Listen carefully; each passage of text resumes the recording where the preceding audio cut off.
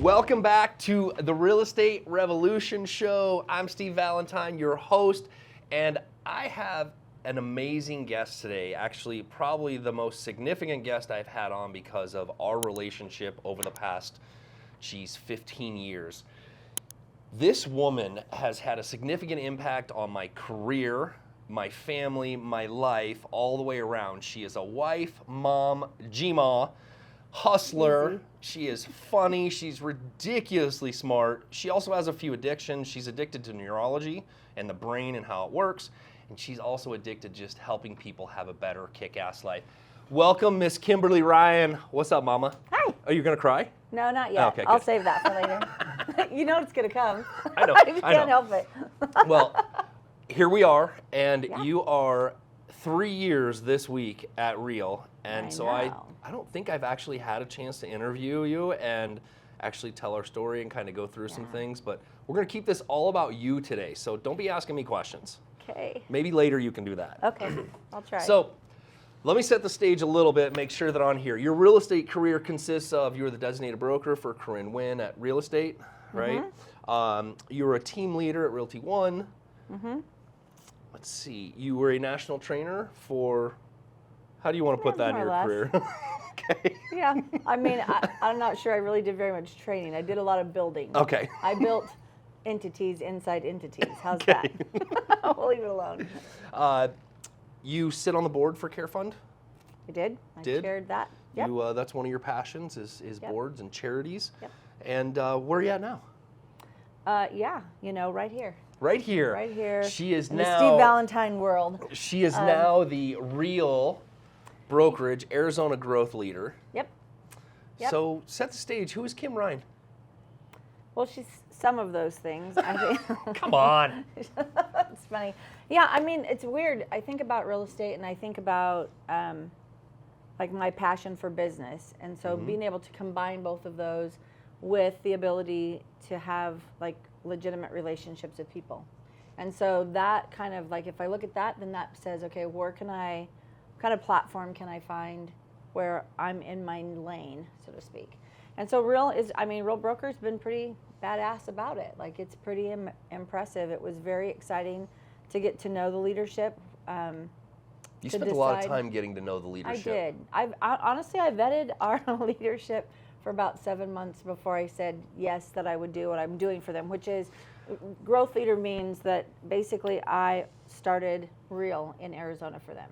Can I go off topic for a second? I got Yeah, all these of list course. questions because I think this is important. Okay. I think that what you did should be what every agent should consider. Maybe not 7 months, that might be too long. It was a little retentive. I think we go through and what looks good on the surface, but we rarely do the digging to really see if I want to be married to this company and its leadership before we go and move our careers. Yeah. And we see a lot of that in this industry where it's the shiny object up front and then it's kind of a bait and switch on the other side because we're not taking the time to see what our options are, which we've recently talked about, dating, right? Like how do you get to date your culture? And I love the fact that you kind of got to date the culture before you decided to sign up for it. Well, it was really important to me, right? Because I knew that my reputation was going to be attached. I'm asking other people to take their businesses from someplace and come be in business with me.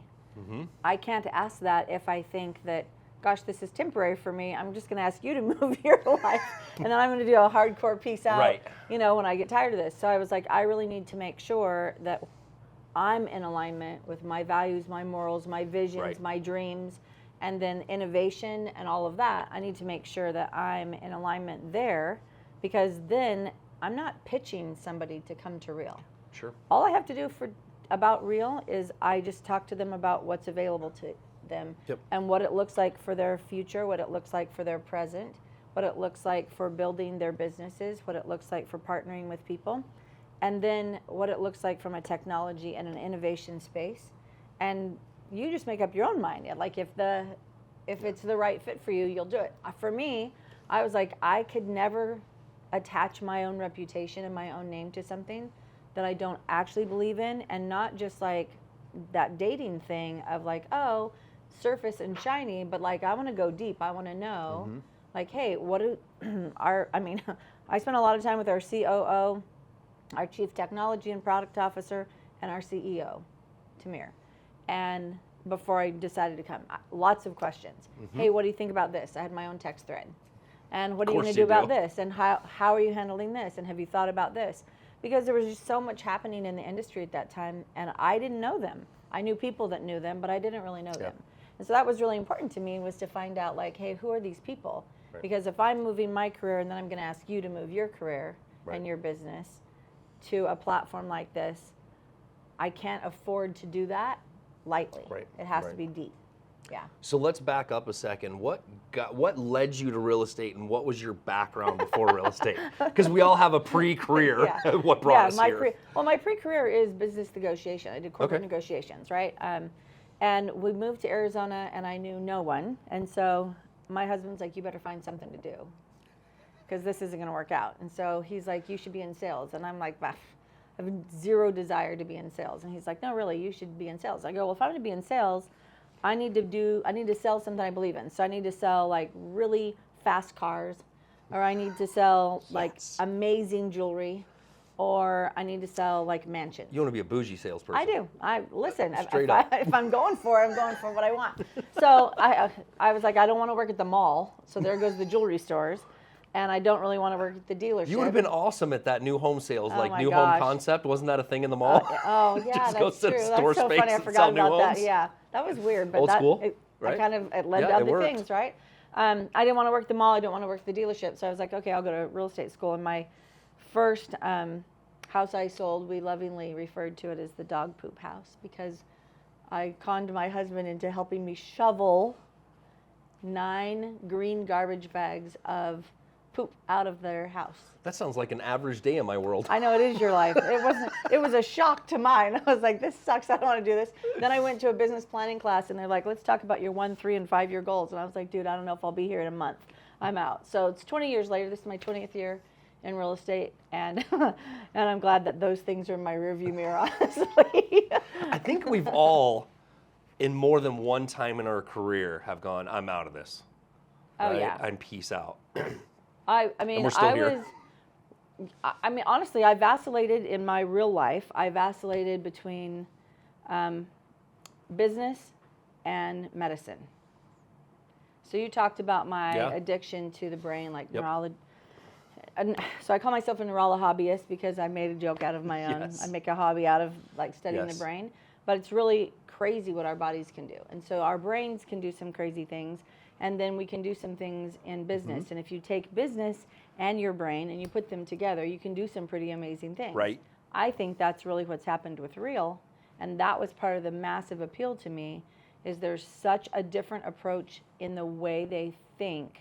And by they, I mean our leadership thinks about what our industry should look like.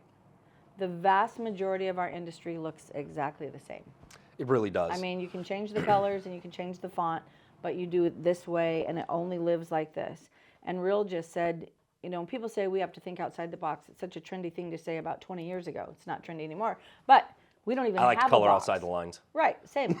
But we don't even have a box. Right. Right? Ours is like, listen, if you can think about it and you can innovate to like just dream and say, hey, what if we could do this? And how would that work in the real estate space? Yep. And then you pull that in, you go, shablam, there it is. Yep. And I mean, that's really what we've seen. And that was really exciting for me about Real, that made me say, okay, I'm in. So I helped them launch in a couple of states. Arizona's our home state, so it was a lot more involvement here. But yeah, I mean, it's pretty awesome.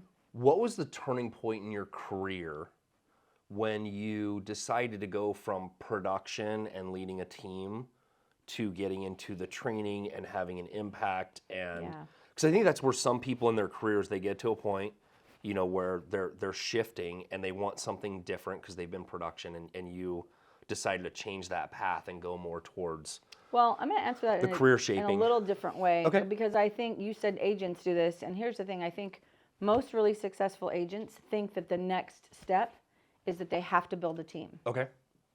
I think that's one of the biggest misnomers in our industry. Agreed. If you are really good at this, that doesn't mean you're going to be really good at that. And, but I'm the epitome of that. So am I, and that's why I say that, because I did this natural progression. As soon as I got my license, people were like, "Oh, you should have a team. You're a leader. You're this." And I was like, "I don't want a team. I don't want to do that. I want to just be responsible for me." And it took me a long time. I ended up brokering for. Corinne and I did a brokerage. I brokered. She ran REO stuff. That's how we built that.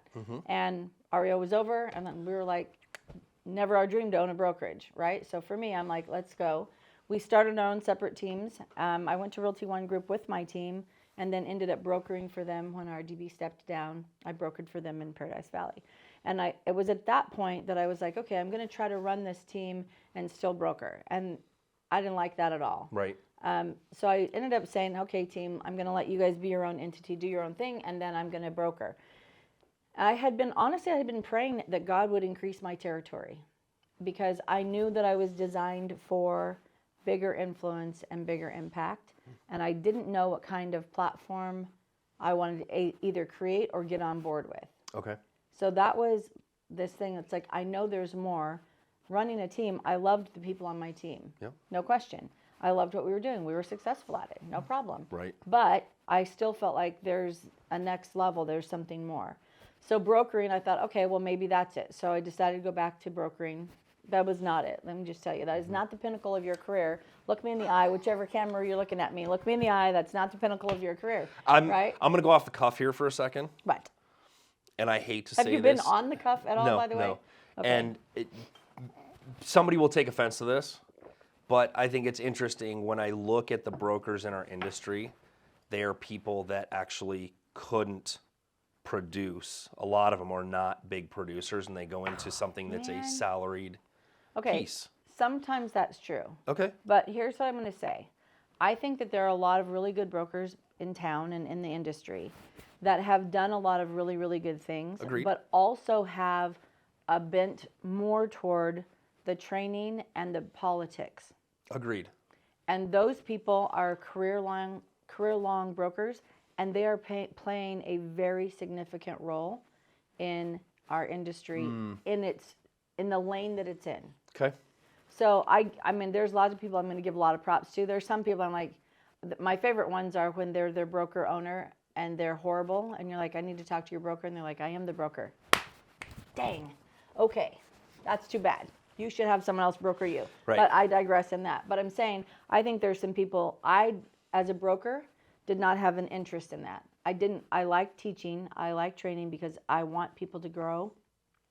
But I also got really frustrated in that, because how many classes have you gone to and how many classes have you taught? Well, you know that people walk out the door and they're never going to do anything you said. Right. So you wasted my time, you wasted your time, Right. and I don't like that. So for me, I was like, okay, I need to find a way that I can have a bigger influence and be more impactful, that we can actually change lives for people. They can actually see that when the level of professionalism they're operating in is actually effective and helpful to their client base and to other agents around them. That's my mission, is let's get there. If we can elevate your lives, you can elevate your skills, if we can elevate your financial status, if we can do these things, that opens the door for more opportunity. So for me, when I was like, okay, I had a phone call from another national company that said, hey, can you come and basically build our mentor program? And so I went to that company, I built the mentor program, wrote it all, built it all, and started seeing how there were all of these places where it was like, well, we're missing that element. Long story short, I built like 10 internal programs in like 22 months, right? Because that's what I'm good at. I'm a really good architect of this. Yes, you are. Right? And so I have this ability to be 5,000 feet up. I can see the whole thing, and then I have my beautiful mind map whiteboard that everything's written on, and then we execute, right? So that to me was like, okay, that is giving me a level of impact where I can have an effect on people's lives. So that was a big one. When I knew that let me go backwards. When I went from, I think I can do this, to I know I can do it because now I've done it, that landed me in a place to look at Real and say, okay, I have all of this information behind me. I understand how to maximize this platform for agents. And so then now it's more for me about getting in front of people to be able to talk to them about, like, tell me about your business. Because if it's a fit, there's a lot of people I tell not to come to Real, to be honest. I mean, I'm like, yeah, we're not the right fit for you. You have a different business model and you have a different way of thinking, and you appear to be unwilling to be open-minded about it. If you're that hardcore, stay where you're at. Be happy. Like, don't come here and be ugly. Right. Stay there and be happy. Yeah, I want to reframe what I said about the brokers, and here's why: is that part of it is I think that the brokers in the industry, there's this conversation that I have with the boys, right?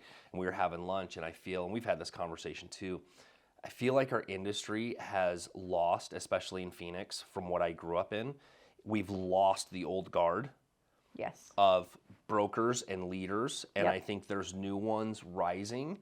And it used to come from the broker level, right? John Foltz was my broker, and he is salt of the earth, everything. And John was always if John had to call another agent or another company or a broker, it was always, it was always classy, and it was always, how do we get into this? Like, we've got a problem, how do we fix this? What do we need to do to work this out, right? And that was always John. It was one of the things that I always learned from John, and same thing with my dad. And some of the leadership in these broker owners that hire the brokers give it a way to just have pissing contests with agents. Where like, I'm the designated broker, and you screwed this up. And I remember a hot air balloon company designated broker calling me and just going to town on me. And I finally asked him, "Are you done?"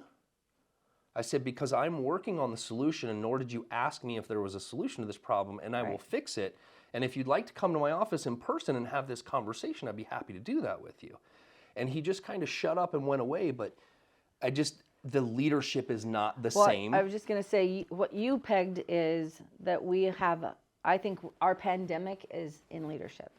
Agreed. I think we have a lot of people who can make a lot of noise. And just because you can TikTok. speak loud. Yeah, well, I mean, that way, but I mean, it's funny because you listen to, not that any of us necessarily has an original thought, right? We can talk philosophy later, but you listen to some of these people who are really good in social media and really good at getting their message out, but their message is really kind of vacant. Yeah. It's just noisy. And so in the lack of actual leadership, or in the absence of leadership, you're going to migrate to the biggest noise. And so, everybody's following this, so I should just go that way, right? And so I think that's a bigger thing. I think that's probably more what you meant when you made the comments earlier about the brokers, because I feel like I mean, for 10 years I've been asking this question. Tell me the 5 most influential people in the Phoenix metro area in real estate. And I'm telling you what, that you consider strong leaders, right? I can get to about number 3, and they're almost always the same 3 that people say, and then it dies off at 4 and 5. Interesting. It's crazy. Yeah. And I ask people this question all the time, like, hey, tell me who you think are the top 5 leaders in our industry in the Phoenix market. And it's hard to find. 20 years ago, 15 years ago, we could have named a handful. Easy. Maybe about 20, to be honest. And you made reference to them being the old guard. It's true, right? So I don't think we have a new guard. I think the new guard is noisy, and I think there has to be a generation of actual leaders saying, hey, this is what we're doing. And leadership doesn't mean territory. And that drives me insane. So it actually is very fascinating as you say that, is that it really kind of takes into context when you look at the country and the divide. Let's go into the real estate business and look at the same thing. It's this.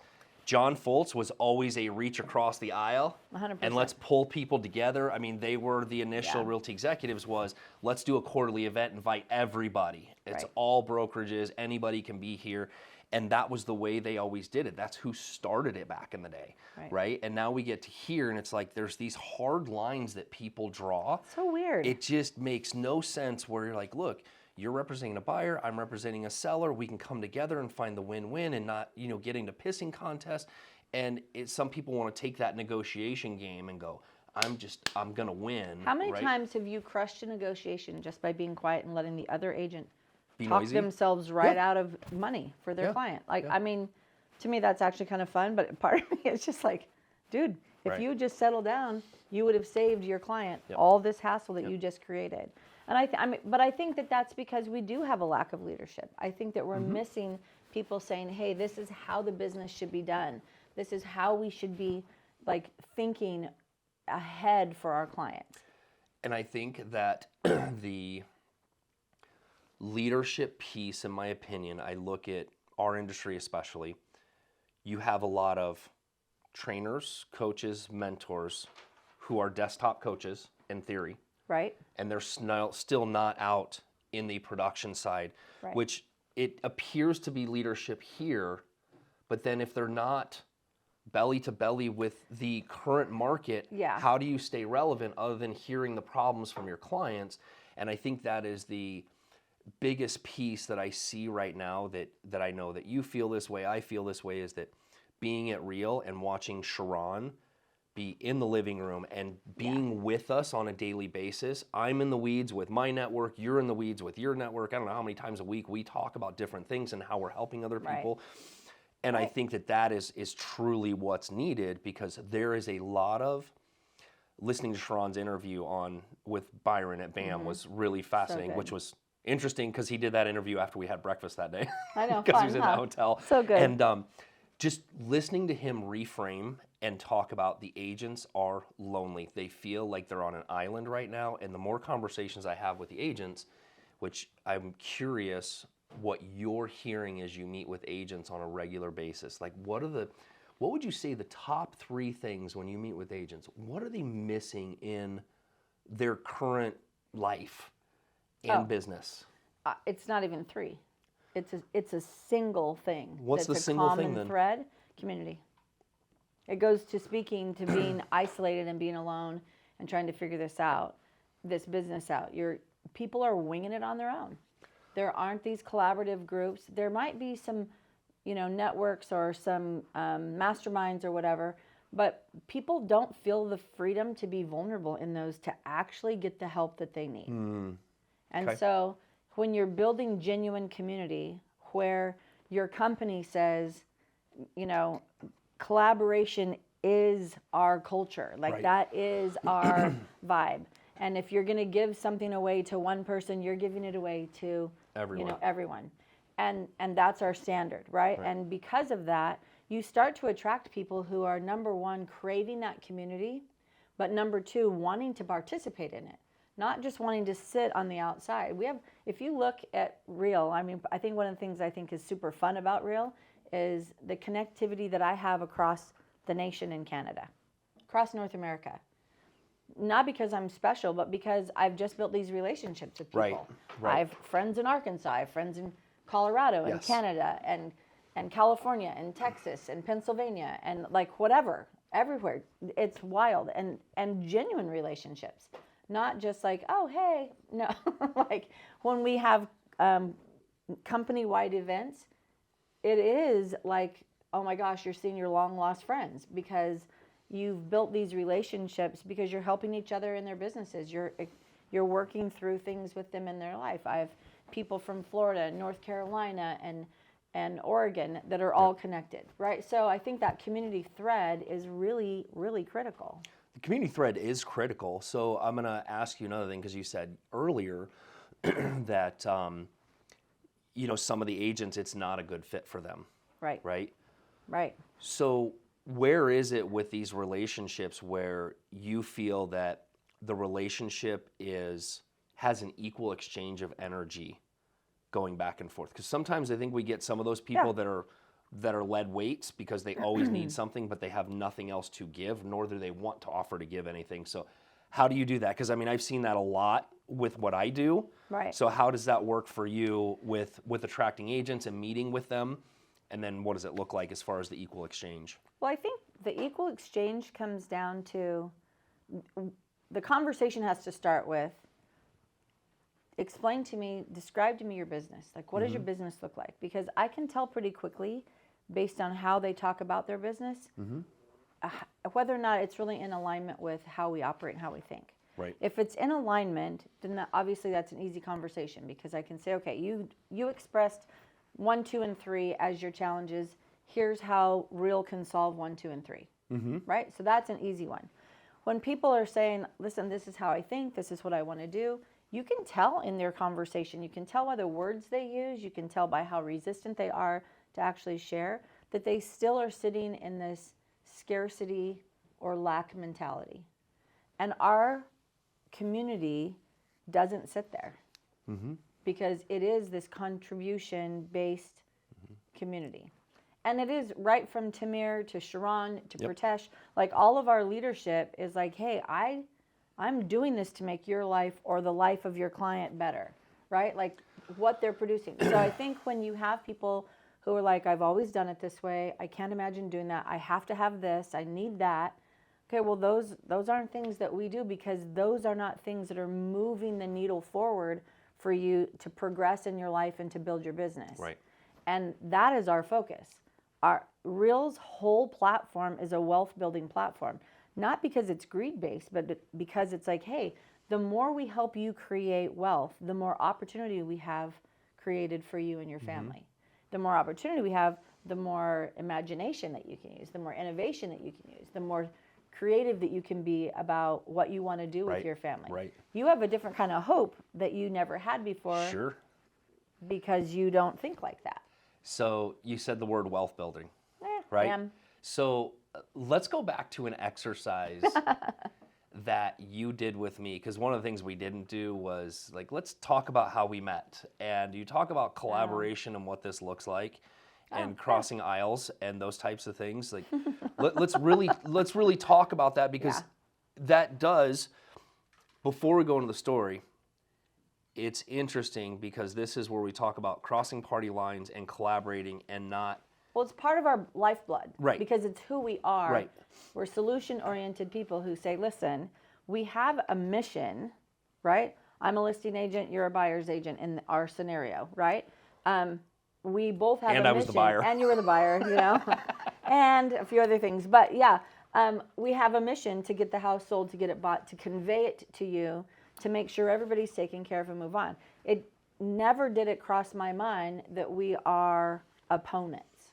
Right. I never walk into a transaction relationship with another agent as in, oh, you're my opponent. And I come from corporate negotiations. Right. So people automatically think, oh, well, me versus you, one is going to win. We're going to arm wrestle and I'm going to crush your soul and I'm going to feel so good about it. That. And in order for me to win, you have to lose terribly, not just kind of lose, but you need to be, just annihilated. And that, I mean, how many transactions do you run into? You're like, whoa, dude, we all are going there. I can only tell you though, that if the attitude on the other side is met with that, then I'm going to go for the throat, right? Sure. If you're going to come at me and be a dick, we're going to have that conversation and go to town, right? And but then I am going to be super fun about that? So here's what I think about. There's a lot of people that come at us like that. And if you just kind of learn to bob and weave a little bit. That's true. If you move at just the right time, they just go right on their own face and you don't have any mud or dirt on your hands. All right, Mom. And you can, I'm saying you don't end up having to apologize to a bunch of people because you rose for the bait. And you don't, I think we can just be better minded than that. Yep. And it doesn't mean I don't want to throat punch somebody sometimes. I'm just saying. So tell me your version, because actually it's kind of fascinating, right? So we come walking into this one open house that you did in your career. The only open house I've done in my career, which I think is super So by funny. the way, listen to this. One open house 12 years ago. I still live in that house. Yep. 12 years ago, Christian was 9 Yeah. when we walked in that door, and he's behind the camera right now. I know. So what was that like? Like when you still think back to that day, it's still very visual for me. Yeah, I mean, interesting. It's so funny because I, at the time, was like, I have no interest in doing open houses, but my daughter was getting into real estate. And so I go, okay. You had to be the leader? I got to be the leader. So we're going to do this. I'm going to teach you how to do them because I've done them, and with other agents, like teaching them how to do them. It's just they weren't my favorite thing. Now I think every agent should be holding every house open as much as they can. Sure. Because this is how you're getting in front of people. I know a lot more now than I did 12 years ago about them, and I have stronger convictions. Anyway, so I was like, okay, we're going to do this open house. And so my client was interesting. They were really challenging. He had like 6 PhDs, but didn't think that if he didn't pay his second mortgage that they would foreclose. And I was like, Clearly you didn't have a finance PhD. Right. You missed that one, right? So really unique people. His wife didn't even know. His wife was a friend of one of my clients, and she called me and she said, hey, can you meet with these guys because the wife just found out their house is getting foreclosed on. And I was like, well, let's talk about why. She goes, it's weird. They're foreclosing on the 2nd. And I was like, they're foreclosing on the 2nd? That don't make no sense, man. Right. So I meet with them. Husband and wife are super hostile because she just found out because there was literally something nailed to the front door, right? And she's like, what is this? And he's like, oh, don't worry about it. We're current on our first. I got this. Right, I got this. So they didn't got this. They were actually in massive financial dire straits. They needed to sell this house. They did not have a single penny to buy the next house, and they didn't have income to support a mortgage. So they needed all of the equity, like every last penny from the sale of the house that you bought to be able to pay cash for their house, and then they would just have living expenses. So I'm negotiating this or navigating all of this with them to try to figure out, like, let's talk bank accounts, let's talk retirement, let's talk investment. They weren't young. Yep. They were in their 60s. late 60s. Yeah, if not 70s. Yep. They still get their mail, by the way. Yeah. They did have a water bed. See, these are the things a child remembers. He's like, about the wave. Yeah, and anyway, so I was trying to work through all of that. They were not super reasonable because they were actually hostile with one another. Right. So it's almost like being in divorce court, but we hadn't gotten there yet, so it was okay. You guys walk in. It was a Sunday afternoon. You guys came from church. Yep. And I mean, I remember what Wendy was wearing. I remember the boy. I remember it all. I have that kind of weird brain anyway. But so you guys rolled in. You're looking around and whispering. The two of you, Wendy and Steve, whispering everywhere they go. And Jamie's like, "What do we do?" And I was like, "Just be quiet. Let them do their thing." Right. So they do their thing. We end up. You end up writing an offer. Mm-hmm. We execute on the offer. I got decline, loan decline. We got a loan decline. Because tax liens. Welcome to 2008 and trying to be in 2012 and fix your shit. And try to fix it, yep. So we accept the do we even get to the point that we accepted the first one, but I had to cancel. We accepted the first one, and then we had to cancel, and then we were like, okay, well, wait. This is definitely the house for you guys. Let's figure this out. It's not dead. I really need this house to sell because these guys are going to be homeless one way or the other. They're going to get foreclosed on or... it's not going to go well. Right? I remember calling my dad's lender, who was kind of creative at the time, and she figured out, like, hey, if you have a tax lien and you have a payment plan, we can do debt to income, and yes, we can do this. We'll be okay. So we put it back together, and the crazy part about the house was it was such a dump. It was such a dump. So it's funny that you have been living out what you've been doing for other people. Right. Like, it's not like you said, oh, I think this is a way I can really go for it. No, this is what my life looks like. This worked out for me. And through your point of pain, you can actually, it resonates with these people that you see struggling who need, like my clients, who need to get out of the deal and need to have, be rescued in some ways, right? And yet then you can help that family. Then you help the family that's coming into it because you have an ability to work with people on the incoming side. I know I'm changing subjects, but I mean, you've suffered through all that. I mean, our transaction was not easy. I mean, but what's fascinating about though was what Kim hasn't shared is when we got to the inspection, and this is actually fun because this is where my creative brain started to work. Is Kim got the Benzer, we had AC unit problems, we had all these problems, right? I think I was asking for like 20 or 30 grand for price reduction. Of course, I knew they were going to foreclosure, so I'm going to take whatever stab I can. And they're having a heart attack, hating everything about you. Yes. And I remember being at Mellow Mushroom, having beers with the guys, and Kim calling. She's like, I need you to call me back. Okay, time out, though, before that, because you don't, this part, I'm sitting down with the Benzer with my clients, and the things that that Steve and Wendy are asking for are actual legitimate. It wasn't fluff stuff. It wasn't he was trying to shank anybody. It was legitimate. They had not done any kind of maintenance on this house, maybe ever, honestly. So I'm having this hardcore conversation with him. I'm like, I don't think it's unreasonable. I think, we can probably compromise. There's some creative things we could do, which we ended up doing on the AC stuff. And, we just dug in deep to think, okay, how can we solve this?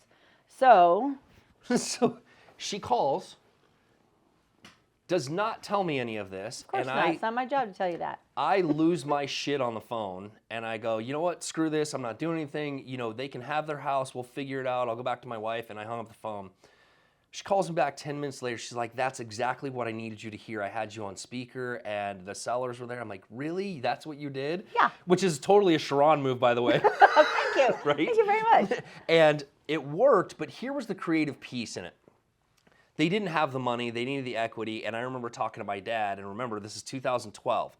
So Yep. only about 18 months from 2010, which was Phoenix's massive hailstorm that just crushed everything Like here. grapefruit and tennis ball hill size. So I said, hey, what if we do this? What if they put an insurance claim in for all the damaged AC units, and they just sign the insurance check over to me in the roof, and then we'll call it a day. So we ended up putting in an insurance claim. I think I got a check for 25 or 30 grand. We replaced the AC units and eventually replaced the roof. But it was a fascinating transaction working through it. And one of the things that, you know, again, I try to tell my clients, and they always look at me like, you're crazy. We did buy a real, like, it was a financeable fixer-upper is what Correct. it was. Yeah. And the house worked, the lot worked, the location worked. Yep. It needed everything. So Everything. it was definitely a piece where we thought we could grow into this house, even though it had pink carpet, floor-to-ceiling porn mirrors, water beds, terrible wallpaper. Well, and the actual island of non-use in the middle of the house that kept the house from being Yes. connected. Do you remember that Yes. whole? Yes. Yeah, it was a terribly dysfunctional So house. let's fast forward to, so we still live in that house 12 years later. We've remodeled every inch of it. But the exercise that you did with me is that's where we started, right? Oh, there we go. The red shirt exercise came a year after we owned that house. And it was the year that my dad, it might have been 2 years, and I was done. I didn't want to do real estate anymore. I had kind of fucked around. Dad wasn't gone yet. Dad wasn't gone yet. Right. I didn't want to do real estate. I screwed around for a year remodeling the house. And then I was like, so that was like 2015? 2014. Bought it in 12, so it might have been 14. Probably 14, maybe even late 13, but yeah. The REO business was coming to an end. Yep. Right? So now it was like, I have to do traditional. So I have to work again. I don't want to. So I reached out to Kim and I'm like, will you coach me? And we met every Friday for years. But there was a specific day that I came to your office and you did the red shirt exercise. Yeah. So go through that because it's still very impactful. It's still hanging on the wall in my office. Go through that exercise because I think it's important for agents to hear this. Well, part of what you said was, I think I'm done with real estate and I don't know what I should do. And I was like, well, okay. I don't think you're done with real estate. I think that's, your comments to me were, that's all I know. So Right. what do I do? Okay, well, what you should do is figure out how you can use what you know. So let's just go through it. So it's an exercise of being able to say, okay, listen, if you had someone else like who could do all of your work, what would you have them do? Like in a typical day, what would you do? Let's just start there. In a typical day, what are the things you do? So the very top of this is, I respond to emails, I Go on appointments. I make calls, I prospect, blah, blah, blah. Show homes. So, okay, if you could pay someone to do these things, then what would you do with your day? And you just keep drilling that down. I mean, probably 4 or 5 times, because you're really forcing the brain, honestly, to get really technical, to shift between left and right, and it's confusing and it's frustrating and it's really hard. It gives you a headache, and it's not working if it doesn't give you a headache, right? And it should make you really frustrated and really mad because you're desperate by the time we get to the bottom of the sheet. And the sheet is, one of the big Post-it notes. So what's interesting about doing this exercise with Kim is, and the reason it is still there, is because at the end of that exercise for me, this is how powerful it was. It brought me all the way back down to one word, which was wealth builder. And this was before we owned any rental properties. We started down the investment space. I knew a little bit about what my dad was doing, and I said, well, I want to figure out the wealth building component of real estate. And that was, 3 years before I bought my first flip. Right. Well, I think when we look at that sheet and you go down, you go, okay, the last few things that you're doing, right? When we say, okay, if somebody else can do that for you, what are you going to do with your time? When we get to that bottom point, you look at those words and you go, okay, well, what would you call that person? Yeah. What title would you, if that person has to have a job, what title is that job? And so you can kind of play around with a bunch of different synonyms, but ultimately we get to wealth building. And he's like, well, what does that mean? You were like, what does that mean? I was like, that means that you are interested in A, building wealth for your family, and B, helping other people build wealth. And now fast forward, Here we are. That's all you do. What's interesting is that it came so pre what I was ready to do, but it gave me the idea and it sent me down a path which opened my mind to what else was possible in real estate, to where, again, is what I really teach you guys is there's so many other possibilities to start opening faucets and letting things drip and realizing that real estate is way more interesting than just typical representing buyers, sellers, prospecting, and doing those things. And I think that's where I had gotten to because the REO business had burned me out. I mean, well, it was we a worked like business. mother. It was hard. Yeah, it was hard. And I mean, there was months that we'd close 100 REO transactions, and why everybody thinks that's great. Well, remember, like, we got paid $1,000 commission, plus a referral fee out of it. We might have made $500 per house, but it was a volume play when it came down to it. And don't get me wrong, we did really, really well. Thank you, Fannie Mae and Freddie Mac. Right, but it came at a cost also. And people who don't, they're like, oh, well, you're one of the chosen ones for REO. Yeah, I'm the one that was crucified over and over and over and again, right? Like, it was crazy. But I think what's important about some of that too that you talk about is the timing, right? When you look and say, listen, this revelation came so that you would have time to like get your head around it and start to say, okay, how can I integrate that? How can that be something in the way that I think and in the way that I operate? And so, just like everything else, it's an overnight success, right? It takes some time to actually formulate. And then even when you started it, when you started launching it, there were a lot of like massive fails. And I'm just going to say that with the love in my heart, right? But I mean that you pay the price for these things. If you have an open mind and you say, okay, I don't want that anymore. I think 99% of figuring out what you want to do in life is figuring out the 99% of what you don't want to do. True. Like and you were like, I don't want to do traditional real estate anymore. I just can't stomach it anymore. Right. I need a new career. What should I do? Okay, well, wait, you have this mammoth wealth of knowledge, right? So let's take your wealth of knowledge. It's the same thing when I talked about it earlier, where I would think, oh, I think I can do this. Then when I actually did it, it's like now I can stand here and go, well, I know I can do that. That doesn't intimidate me anymore. I've done stuff for 3 global companies now. My stuff's all over the world. My little brain power thing. That's no braggadocious moment. It's just like, hey, that means I'm capable of that. Right. What else am I capable of? Right. What else can I do? How can I contribute? How can I help? Right. And I think that's the same thing I think that I was conveying to you. Listen, you're not equipped to do this now. But if you think you can and you start working that way and you make your brain start formulating, hey, what can I do? How can this look like? What one step do I need to take to get me there? Then I think it accelerates because you start accumulating these skills and these thoughts. And I think for me and my own career, all of these things I thought I could do, turns out I really can do them, right? But I couldn't do them over here. I could do them here because I needed the space to take place so I could ruminate, I could figure it out, I could think and spend time doing it. And then you can execute. And then you execute and you don't do it well, right? Like we just don't. We have to figure we have to formulate that and go, okay, learning as we go. And when you're in the public view, there's not a lot of mercy for learning as you go. No.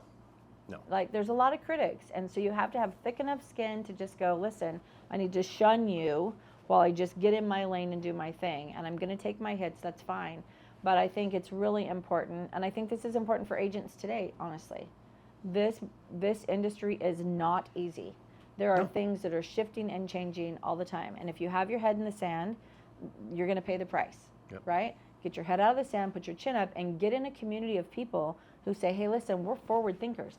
The things that people are talking about in today's real estate world, we were talking about 6, 8, 9, 12, 15 months ago.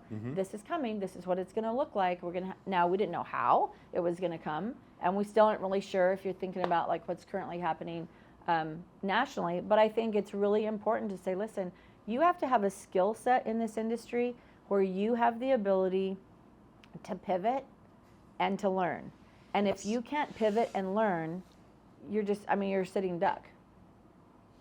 100%. Right? So, it's crazy. So three and a half years ago, Yeah. you decided to go down this road. You did a lot of interviewing with culture and dating the culture and the CEOs and the operational people and all the things. When you decided to take this position, there's no salary, I know. right? What a It's dum-dum. a brand new company in Arizona. Right? And you're going to go take on Arizona and go, I believe in this company so much. What was your thought process then? Like, you spent the 7 to 9 months with that. Arizona opens, and now you're what? Scared to death. All right, let's be honest. I'm like, okay. I really hope that everything that I have learned and everything that they have said and I have discerned, that we're on the same page, because now it's real life. Right. Now it's not something I'm talking about like, hey, this is what we're going to start. This is what I'm going to do. Mm-hmm. It's not supposition. It's reality. Right. And so, yeah, it was a little scary. We had, you're just like, all right, I guess we're going, right? Right. And so you just start, really for me, the part that was fun and the part that remains fun is the relationship part. Sure. So I have the opportunity to just spend time with people doing strategy sessions about their businesses. And that to me is like, I get super juiced about that, because there are things that I know, right? Yep. There are things that I know that I don't know. Yep. And then I'm sure there's things I don't know. Yep. But you know what? I'm closing the gap on some of those, particularly around our industry and around Real. Now, other people have other innovative ideas, and I learned a lot from these conversations. Sure. I'm like, geez, I never thought of that. That's brilliant. Right. But you know what? If you did that and you did it with this, then you could do that. Yes. So that's how my little puzzle piece brain works. And so that's super fun for me. So it really just became this, let's have conversations with people. Yeah. And I'm never going to be somebody who hounds somebody. I'm not a stalker. If you reach out to me, I'm going to talk to you. I'm not going to harass you and just drive you nuts. And so it was really just, for me, just like, hey, let's have conversations. If this is a good platform for people, and I trust that they can make a good business decision, I don't need to harass them and harangue them. I am 100% against that approach. Mm-hmm. I don't think it's healthy. And I think what it does, if you do that, is you're teaching people that that's the way to build your company. So they go and replicate it. And so I'm like, nope, we're not doing that. So let's back it up. And let's do this in a way that I can be in genuine relationship with you. And I'm going to ask you a question. My turn. So here's the thing. Did I ever harass you or even call you and talk to you about Real? No, you walked in my office, you said, this is what I'm doing, this is what I did. And I said, cool, where do I sign up? Right. And here's like that. That's literally that what is the happened. truth. I had to do some finagling with my previous brokerage, which was fine. And there's always a time, but here's the deal. My relationship with my big sister here was one that when she came in as a leader and the person that I knew, and she did the vetting, I had no reason not to trust her vetting and just follow the leader, right? And so it is one of those things when I do have conversations with people, there's some people that trust the process, but they want to dig into it a little bit more. Sure. They're afraid of change. I looked at the opportunities and just said, screw it, right? I'll take the risk because there's nothing I'm really risking by making this move when it comes down to it. Because either way, I got to pay a company, and this one has more upside. Yep. And this one has no upside. So. And there was nothing wrong with your other company, by the Nothing. way. So I think sometimes agents feel like, well, I'm happy where I'm at because there's nothing wrong. That's terrific. I want you to live in mediocrity too. That's the terrible, snarky way to say it, but I'm just saying, just because there's not anything wrong doesn't mean that you have to have a closed mind about other opportunities. Right. And when you can look at another opportunity and say, gosh, how does my business filter through that opportunity? Right. And when it comes out on the other end, what does it look like? Yep. And I think that's the critical conversation. Yep. Hey, here's the model. Throw all your stuff against it and let's figure it out. Throw me all your objections, throw me all your questions, throw me all your fears. Okay, because sometimes I'm going to go, yeah, you're right, you shouldn't come. We're not going to do business the way you do business. We're not going to give you that. We have this whole bucket over here of opportunity. Your business doesn't line up. Either your actual business model, because you're shady, I'll just say it, because you're shady, we're not down for that, or you have your attitude is such that you're not willing to bend or flex, to see that there's another way you could do something that could be really, really beneficial for you. I also want to point this out that I think is really, really critical for people to understand is that I don't care what brokerage you go to or what team you go to. Right. The diving in and the trust into the leadership that you are going towards is the 100% the main goal in this. And here's why I say that. I didn't need to go and research Tamir. Sharon wasn't at Real. Kim was my leader. The broker, Chelsea, which does a great job, she wasn't our original broker, she's there to protect me and the company and keep me in compliance. My relationship is here. This is where I'm leading, and I'm also seeing leading from the top and leading going wide in the company, and that is what I appreciate. It's like, I love that Sharon and Tamir are there, and I've loved the time that I've spent with Tamir, but most importantly, it's like, who is my direct support that I know is going to support me, my business, and where I want to go, not where they want to see them go. But that comes because we have an authentic relationship. Right. I didn't give you a sales pitch. All I said, you said, hey, what are you doing? What are you doing? What are you doing? This is what I'm doing. You're like, well, why wouldn't I do it? I don't know why you wouldn't do it. I think you should do it. Okay. Okay. I mean, but that's built on a real relationship, right? And so I think it's not a sales pitch. It's not a bait and switch. It's not, let me just make you all these promises and I hoodwink you in and then I ditch you because I didn't actually have a relationship either to begin with, so I don't really care. I mean, it's a weird concept. I don't get it. And, you know, to me, I think it is 100% founded in the actual relationships you build with people. And by the way, that doesn't mean you have to have a 15-year relationship. You can have a 5-minute relationship where people understand like you're authentic and you're real and your history supports what your future will project, right? And so when I look at that, I'm like, okay, I'm absolutely not a perfect human being by any means, but you can look back and my history is pretty consistent of growth and investment in other people. My word is true. You can count on my word. Like there are certain things, you know my brain, so you know my level of discernment for things, you know my strategy brain. So you have a respect for that, and that gives you a confidence to say, oh, what Kim's saying, I can count on. And that to me, like has nothing to do with the industry. That just has to do with me. Right. Like I was raised that your word means something. Right. And if you're shady, you're shady. It's easy to. What am I most excited about for the next 3 years? I'm excited for some of the things that they loaded at Rise last year. Those are forthcoming. The Real Wallet is, honest to God, the Real Wallet is the thing that tickered to us to go the other direction. Like we are now not anywhere near in the same category as any other real estate company ever before and very likely ever going forward, because this is such a departure from traditional real estate. It's insane. And it makes me super excited because I'm like, okay, gosh, we're rolling that stuff out. What is that? Oh, Real Wallet. Man, it's going to be so freaking awesome. Give me the 20-second. Real Wallet. Okay, so I'll give you the example that someone else shared with me, and I was like, oh, that's genius. On my phone, come up wanting, and you're going to go away. So I don't think it's effective. I think people naturally just run to the shiny because we're looking for easy. I think if you get in a relationship with somebody and you say, listen, I'm not going to show you the dream. Instead of showing you the dream, I'm going to show you like how this applies to your life. And then you decide if you can build a dream on this, knowing that here is this foundation of benefits designed to help you have access to other opportunities.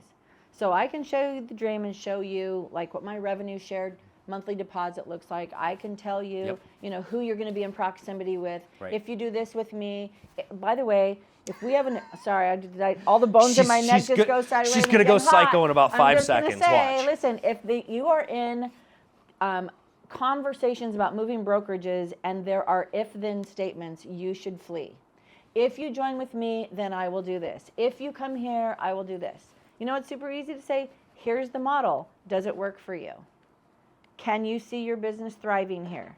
That's the question we should be asking. Here are the levers you can pull Here's when the you're levers ready, you can if you pull. ever desire to. Here's the benefits if you want them. Right. Do you want that? Because, by the way, all of those require work. Yep. Every single benefit available to a real agent Yes. is based in production. Yes. Every single one of them. There isn't some easy schmeezy thing. Right. Yes, we have revenue share. I'll just go there for a second because I'm kind of hot now. We have revenue share, but you know what that is? That is a commitment from the company asking you as the sponsor, we're paying you to take care of the people you bring in. We're not paying you so that we can make you independently wealthy. Yes. For the sake of making you independently wealthy. It truly wealthy. is supposed to be built in a ladder community, which, hey, we're going to compensate you for bringing something on and helping them take on their business, and you're going to support and mentor them. You are basically, when you take on and you attract an agent, you are saying, I'm here to support, mentor, and get your business where you want it to go. Right. And if you're not willing and to I'm do that. And I'm teaching you to do that so you can do that to the people you bring. If you're not willing to do that, let's not go there. But if you are willing to come here, right, I'm under you, right? So I lean on you for a lot of things. And you should. And we banter back and forth. Although they don't pay me enough for that. That's what you get for the long relationship. Dang it. Yeah, so when I look at it, I always try to look and go, your current brokerage, how many levers of income can you pull? And at what time do you want to pull them? Right. So there's only a couple of levers at traditional, right? And you go into a cloud-based, there's a lot of different levers to pull. It doesn't mean to go in and pull them all at the same time. No. Right? So it's But that should give an agent, actually, if they can't come in and pull them all at the same time, that should actually be really encouraging. Yes. Because then it gives you some of that motivation and drive and umption to want to go forward, right? And build more, build stronger, My conversation with April yesterday was, hey, we're coming over. I said, I want to see your business plan because we were focusing on your real estate first. Okay. You get to start having agent attraction conversations when we hit these goals. Not that you don't have these relationships, and if you do capture it, then you bring it in and we have the conversation together. Right. Don't get distracted by the squirrels. Let's stay. Your active income is important right now. Let me help build on the passive side down the road. But right now, do not lose sight of this. Right. Right? Because I think a lot of people come in, well, they you lose shut sight yourself out for a couple of reasons. One, it's like, oh my God, this is a great lever. Yeah. I'm going to stop selling real estate and go talk to a bunch of agents. And that's not going to create your active income. But what you can do is focus on your active income when you're doing cross sales, you're doing showings, you're figuring out people that you want to be around and go, this person would be cool to talk with or collaborate with. That is the gauge. And that's a lever you pull down the road. It's not something you do when you jump in here. Well, that's the authentic relationship piece. Right. And none of it matters if you're not producing. Right. We're not a body shop.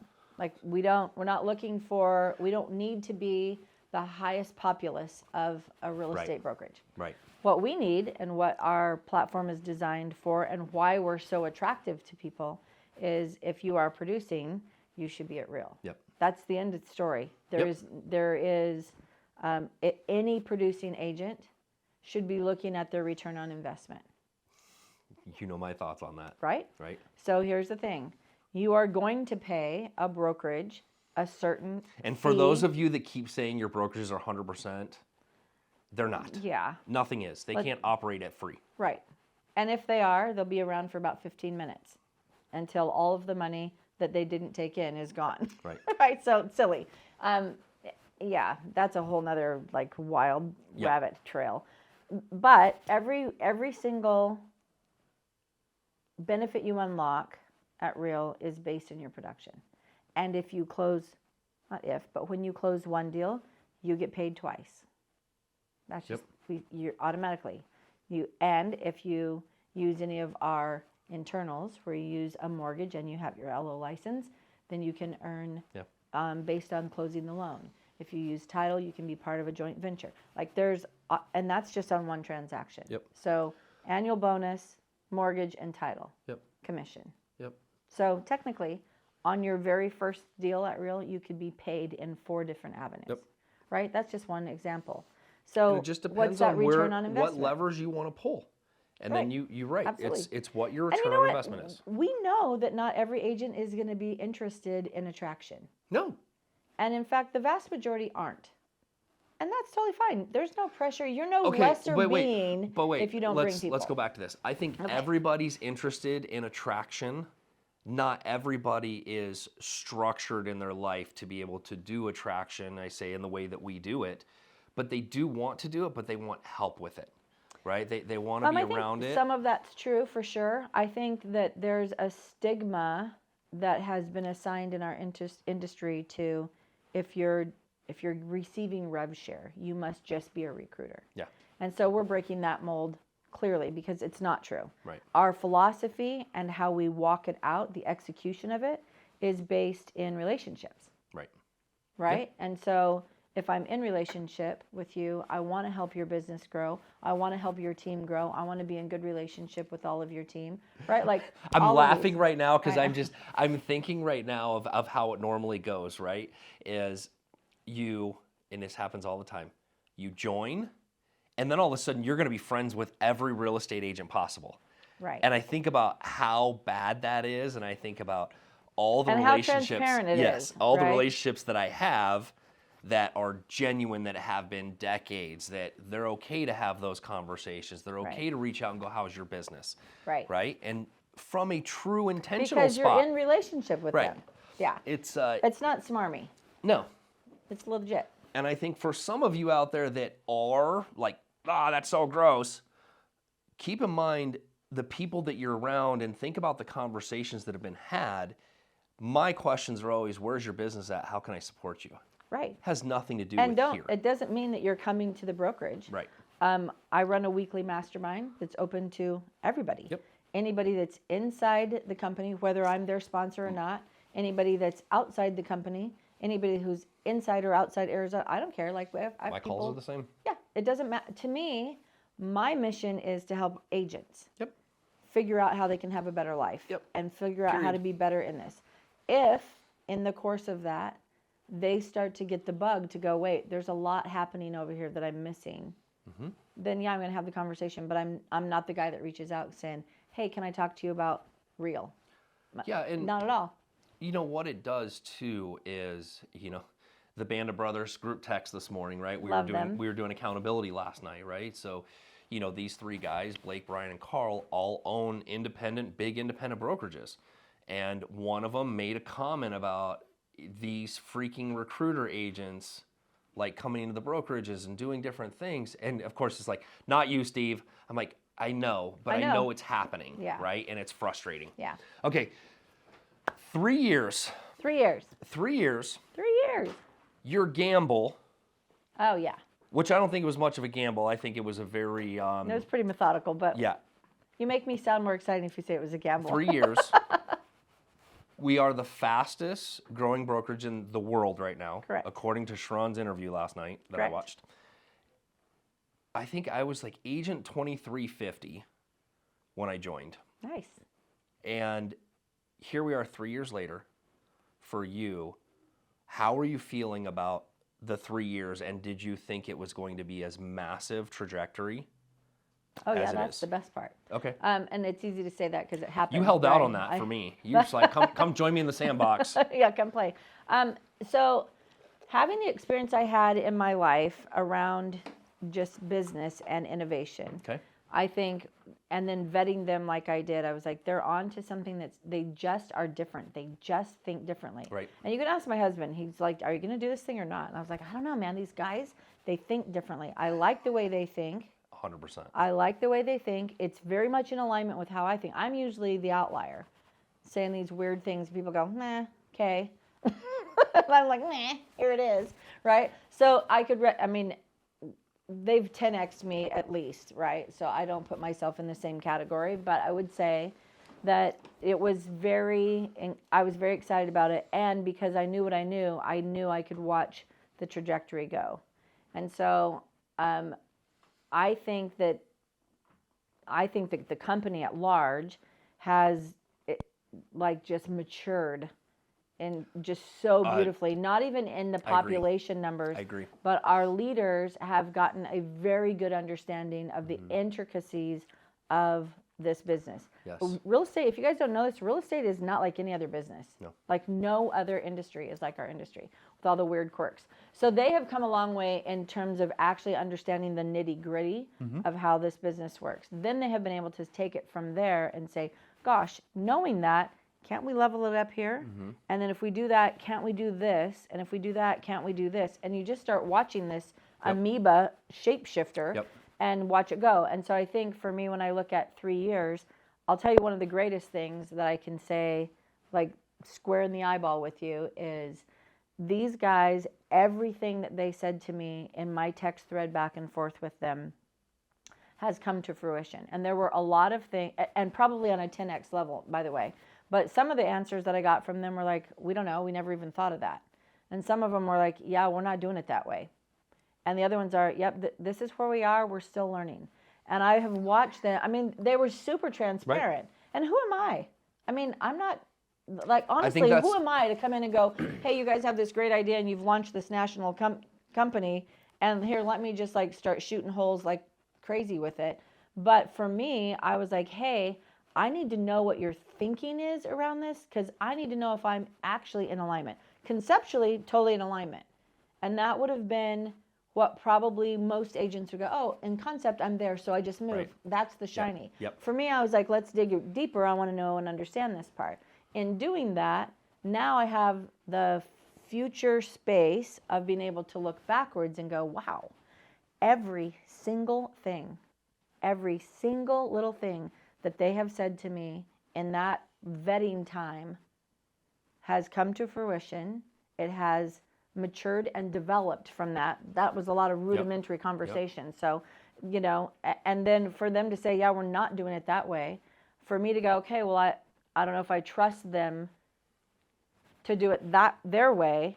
I don't know what that will look like. Yeah. But the more that there was, you know, Sharon says it all the time. My dad used to say this, so I feel like Sharon's kind of my dad in this, like proof over promise, right? Here's the proof. Well, now I have a 3-year history with them. I have a little more than that because I started vetting them before I got licensed with them, right? So I have a 3.5, almost 4-year history of seeing proof over promise. Yep. And if anything, they were very careful to not promise because they didn't know what they didn't know about some things. And they're like, listen, we've bitten off this part. We're going to go with this part. Right. And we're going to develop it the way we think that it should go. Right. And every single thing has been like completely in alignment. And so that part's the most exciting part for me because that gives me then the faith in whatever wackadoodle thing they come up with next. Well, that's my next question is, I mean, what are you most excited for in the next 3 years? What am I most excited about for the next 3 years? Shoot, I'm excited for some of the things that they loaded at Rise last year. Those are forthcoming. The Real Wallet is, honest to God, the Real Wallet is the thing that tickered to us to go the other direction. Like we are now not anywhere near in the same category as any other real estate company ever before and very likely ever going forward because this is such a departure from traditional real estate. It's insane. And it makes me super excited because I'm like, okay, gosh, we're rolling that stuff out. What is that? Oh, Real Wallet. Man, it's going to be so freaking awesome. Give me the 20-second. Real Wallet. Okay, so I'll give you the example that someone else shared with me, and I was like, oh, that's genius. On my phone, I have the Starbucks app. Yep. And the Starbucks app says, Kim, if you give me $100, you can go into Starbucks and use your $100. But they are never giving me back my $100. Right? So I give them my $100 and I can go spend it. It can take me 5 years to spend it or whatever. Right. But Starbucks, let's just pretend there's only 1 million people in the world who have Starbucks app on their phone. And let's pretend that all million just deposit $100. How much money, it sounds like third grade, how much money does Starbucks have? $1 million. $100 million. $100 million. Right. Okay. We might have to edit this. Just kidding. $100 million. Okay. So if you have a million people giving $100 deposit into their Starbucks app, Starbucks now is sitting on $100 million of liquidity, of capital. Think what they could do in innovation, et cetera. Okay. So now take the real card, right? The real reward, and you have a debit card. Okay. And you can get your commissions paid to your debit card, and you can just leave it there if you want to. You can funnel it right off to your Wells Fargo account. That's great too. But you could leave it there, and you could be swiping your real debit card for your groceries, your coffee, your gas, whatever, clothes, whatever. And instead of earning airline miles like American Express gives me, what if you earned real miles? And real miles paid for your real fees. I'm in. You're in. I'm in. Okay? So that's one way that the real wallet can work. Okay. So, but that money's sitting there. At any time, you could exit it out and put it in your Chase or Wells Fargo, whatever account. But it's sitting there. So what if all of these agents have all of their commissions just sitting there? Right? Now, Real's not. You can't sweep it because it's not the same. Right. Right? But you get the concept. Yes. Okay? But then let's go forward and say, now we're going to roll out our Real credit card. Okay.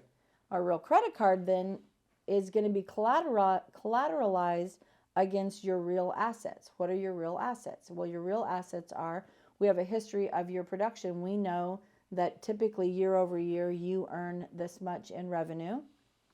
That becomes a collateralized asset. Hang on. You have a revenue share network that you have built, and you can count on that earning X dollars, right? Then you have all of your shares, the company shares that you have earned through your production. That's an actual asset, right? So now Real can say, Steve, you came to me and you said, listen, I need some liquidity because I want to launch something new in my business. And I want my company, I want to be able to borrow. So can I have basically a real credit score, right? Which that's, right. You shouldn't quote me, but you get it. So they're going to look at your collateralization ability and they're going to say, okay, well, here's $20,000 that you're borrowing against. Okay. Now, I have way oversimplified this. It wasn't 30 seconds. It wasn't 30 seconds. My real answer is a lot longer. Right. But that gives you a general idea. So tell me where you can go to work for a company that its desire is that they pay you to work for them. That at some point there is a crossing of the line where you are not paying fees in, but you are having such a high ROI that the company is paying you. But we are continuing to grow. That model is 100% sustainable because we're only really operating with people who are producing. If you are coming to our company to hang your license, we're not home for you. Yep. We're just 100%. not home for you. 100%. Right? So when you say what excites me, I'm like, that super excites me because if we can have that kind of innovation, we have the machine. Our technology is robust. Yeah. We have written every single line of code. We don't have plug and plays. We don't have widgets. We don't have whatever else you want to call it. We are our own machine. We have our own transaction processing. We have our own signature. We have our own app that connects everything to everything. You can see all of your transactions. You can see the status of history. Like, it's pretty stinking phenomenal. Right. So when you know that you have that machine, then you also know that you built it so that you could scale. Right. So our ability to scale is unmatched without all of these like roadblocks that people jump into. We have API that we can give out so that people who have spent all their time. There's so many things crazy, like we need to go into another podcast of like just the benefits of being at Real. So it's exciting because there continues to be more benefits that benefit agents' lives in a real way. Not just some like, hey, we give you $50 for a referral. Thank you, I'll take that. Right. But the truth is, this is life-changing for people for doing exactly what you are already doing by serving a buyer and a seller. Well, and that's, for me, for you, because our values align, and it's all about helping the agents become more successful. Right.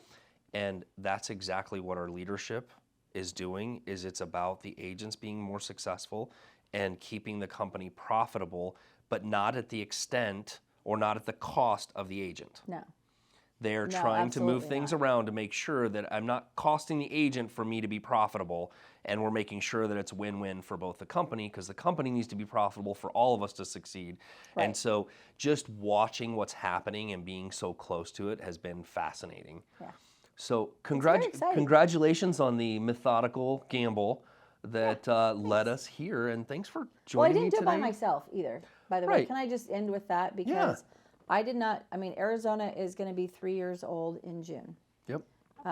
How many agents? And we are on the cusp of 1,000 agents. Who wants to be the 1,000th agent? Wants to We're be going to do a big 1,000. celebration for you. That's exactly right. We'll have a party. But I didn't do that by myself, right? Like I started it, I built a really good core of people, and then that core has multiplied itself. Yep. If your business is, screams integrity, if you are a good practitioner of the art, and then if you're just fun and cool and we want to hang, because we want to work with people we like, right? Yep. Like that's really the criteria, Yep. but we've built a really good foundation. And I think it's exciting because when the word got out, right? People started going, wow, there's something different. And I think that's the biggest thing that's fun is then it started to be this, it just multiplied. Yep. And so other people have joined in and helped build and grow Arizona and the company. I mean, we're approaching 20,000 agents. Yep. That's no joke. 20,000 agents in 2.5 years of, when I joined. Right. Well, and I look at it, and part of what I get excited about is we're not at 20,000, and we're a publicly traded company, so this is not one of those statements. I'm not saying that, but I'm saying we're approaching that. And so here's the trick. I look at Arizona. I mean, right now we're 1/18 of the population. Mm-hmm. It's published that we have 18,000 agents and beyond, right? So we're almost at 1,000 agents, like a hair behind that. Yep. And that is 1/18 of the population. That means the explosive growth in Arizona, I'm super excited about because we have business people in Arizona. Yep. We don't just have your regular Joe agent who's just going to wing it here and there. We have people who are focused and concentrated on building a business and building a future. And so you start to collaborate with those people. Yep. Then your life changes. Yeah, and that makes me super excited. Well, thank you for coming in, and thank you for for all having the me. shares, and congratulations on 3 years. And I am so blessed to be on this road with you in this journey. And Likewise. so many things over the last 3 years and so many things to come. So thank you for being here. Thanks for having me. Super All right. fun. Hope you guys enjoyed that episode. Couple of things. One, you can follow Kimberly Ryan where on Instagram? I think it's KimberlyRyan.joinreal. Awesome. I mean, it's Kimberly pretty Ryan, hard. it's right there in the name. Want to remind you that I do events and calls on a regular basis. Check out ValentineGroupAZ.com/events and check out the events there. Don't miss those. And I hope you will share this show. And if you are interested in Real, this is an attraction thing, and you're interested in this, reach out to Kim, have a conversation with her, just see what it is. Don't be afraid of looking at an opportunity because you may be surprised at what's there. So thank you. Have an amazing day and peace out.